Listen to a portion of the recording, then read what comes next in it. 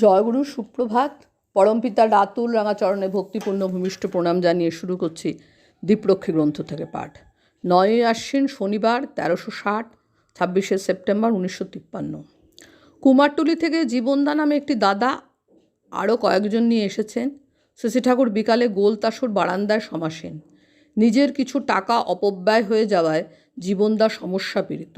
শ্রী ঠাকুরকে বলছিলেন, ছেলেকে ব্যবসার জন্য কিছু টাকা দিয়েছিলাম, কিন্তু অন্যরকমভাবে খরচ করে নষ্ট করে ফেলল। শ্রী ঠাকুর, ছেলে মানুষ তো, টাকা হাতে পেয়ে মনে করেছে রাতারাতি বড়লোক হওয়া যাবে, কিন্তু আসলে slow but steady wins the race. জীবনদা, আমার সাথে এই যে ডাক্তারদা এসেছেন, ইনি বলছেন ইষ্টভৃতি রোজ না করে মাসে কিছু টাকা দিলেই তো হয়। শ্রী ঠাকুর, ইষ্টভৃতির ভয়ানক গুণ, ওটা আগন্তুক অনেক ব্যাঘাত ঠেকিয়ে দেয়। আমাদের গীতাতে আছে, ইষ্টকে না দিয়ে যে খায় সে চোর হয়। এমনকি আমেরিকান সাহেব জেমসও বলেছেন যে এইভাবে দেওয়ায় অ্যাকশান অসম্ভব, ওটা করাই লাগে। ইষ্টভীতিটা তো চাঁদা নয়, গুরুকে যা দিত সেই বার্ষিকও নয়। এর যে কী গুণ তা ঠিকমতো করলেই বোঝা যায়। যখনই চলার পথে কোনো ভুল হয় তখনই বুঝতে হবে ইষ্টভীতিতে কোনো গণ্ডগোল আছেই।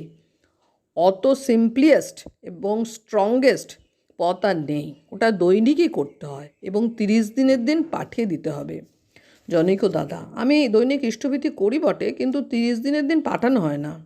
শ্রী ঠাকুর, তাহলে ওই জায়গায় আমার গণ্ডগোল আসার পথ খোলা থাকে, আর মাথায় বিষয় ও ব্যাপারগুলি অ্যাডজাস্টমেন্ট ঠিক মতো হয় না। আমার বাবা বসে আছেন দূরে, আমি যদি 30 দিনের দিন না পাঠাই তাহলে তিনি যে না খেয়ে থাকবেন, এই রকম চিন্তাটি করে নিলেই হয়। উক্ত দাদা, আমার ইষ্টভৃতি করা নিয়ে কত লোকে ঠাট্টা করে, নানা রকম প্রোপাগান্ডা করে। শ্রী ঠাকুর, আমি খাই, আমি পায়খানায় যাই, এসব জিনিস নিয়ে মানুষ যদি প্রোপাগান্ডা করে তাহলে তো সে জীবন ধারণের উপযোগী যা তাই প্রোপাগান্ডা করছে। এইরকম করতে করতেই তারা একদিন বুঝতে পেরে বলে ওঠে, ও ও বুড়ো যা বলেছিল তা ঠিকই বলেছিল। উক্ত দাদা, দেশের অবস্থায় এমন হয়েছে। শ্রী ঠাকুর, দেশ নিয়ে আমি করব কি? আমি নিজে কতখানি ঠিক হয়েছি তাই দেখা দরকার। উক্ত দাদা, ঠাকুর যদি আমার মনের বলটা বাড়িয়ে দেন, এই পথে চলতে থাকলেই বল বাড়ে। ডাম্বেল হাতে করে এক্সারসাইজ করতে করতেই গায়ের জোর বেড়ে যায়। সন্ধে হয়ে এলো, বাইরে অবিশ্রান্ত বর্ষা হচ্ছে। শ্রী ঠাকুর আরও কয়েকটি বাণী দিলেন। জয়গুরু বন্দে পুরুষোত্তমম।